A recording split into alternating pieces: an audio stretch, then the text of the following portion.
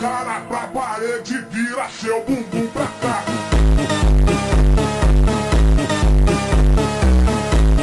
Hey guys, what's up? So today I'm gonna show you how to do manga edits on KineMaster, as it was highly demanded by my audience since no one has uploaded any tutorial beforehand. Firstly, you need to make the intro as usual. So here I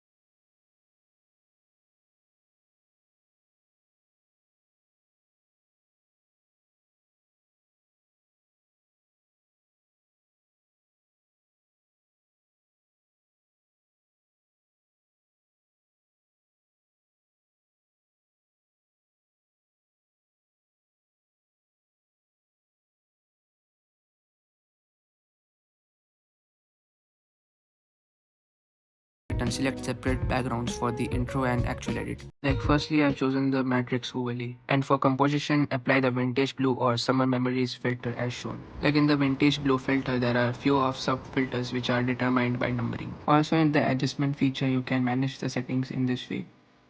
Now just import the manga panel cutouts along with the aura effects as layers, and place the aura effects by clicking back option at the top left corner.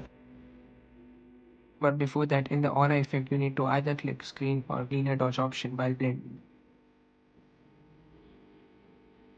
The length of aura should be strict to the length of panels. Once again you can modify the exposure of the panels. So the aura placement for the first clip is done. Now we are gonna use the keyframe animations in each of these panels along with the aura effects. And here the middle keyframe should be interpreted as center align.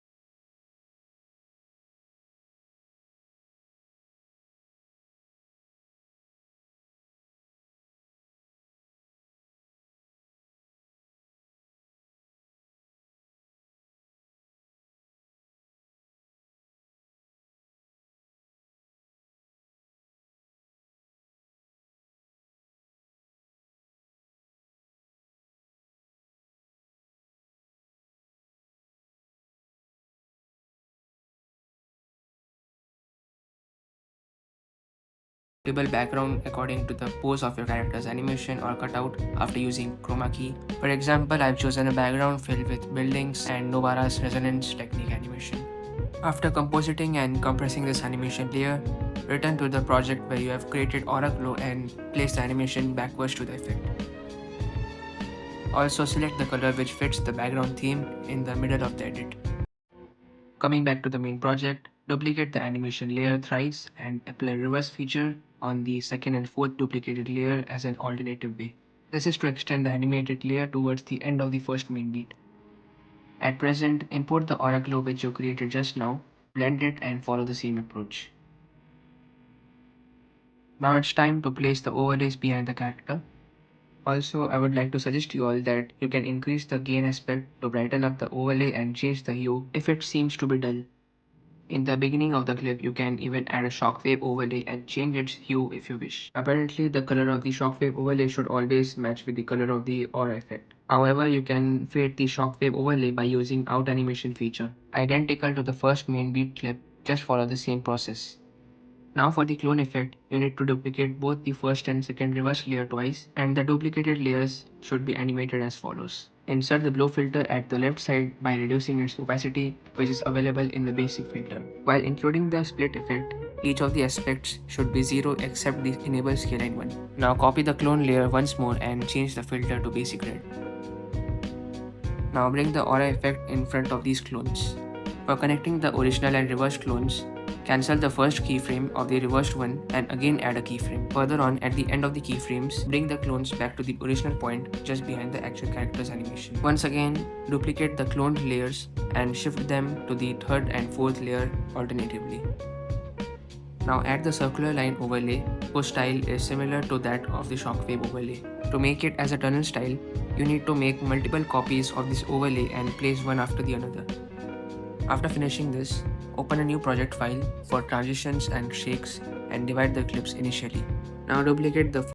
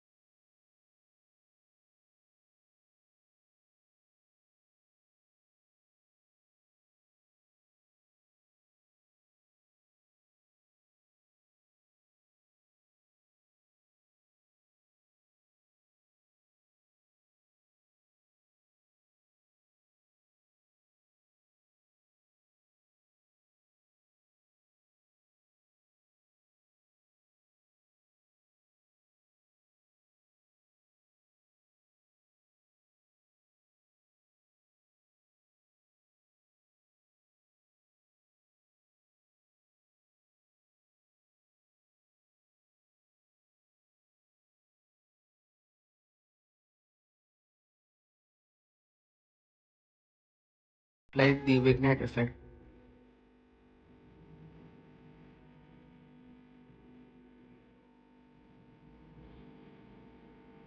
Here this is the intensify layer where you can change the colors.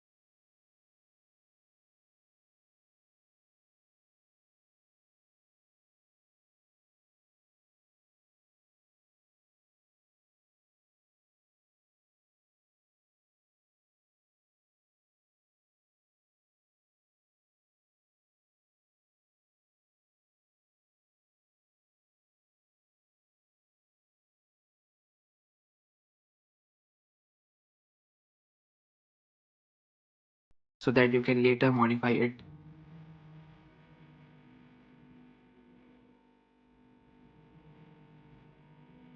If you wish, you can add the motion blur effect in the beginning of this animation.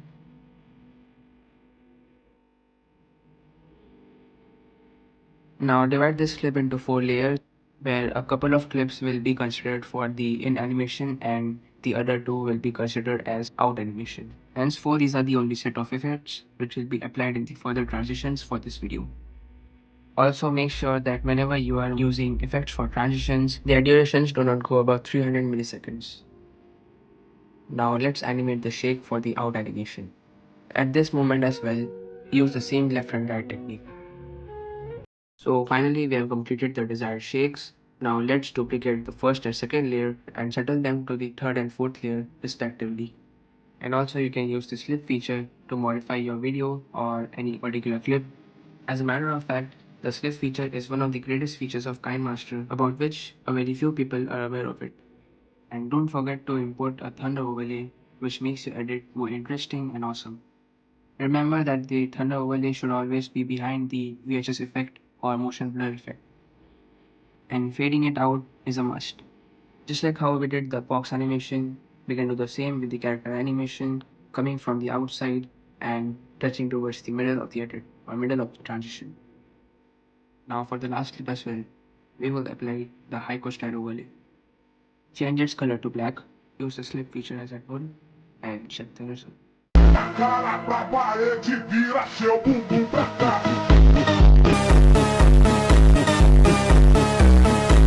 So thank you so much everyone for watching this video. But before ending this video, I want to share a very important message to you.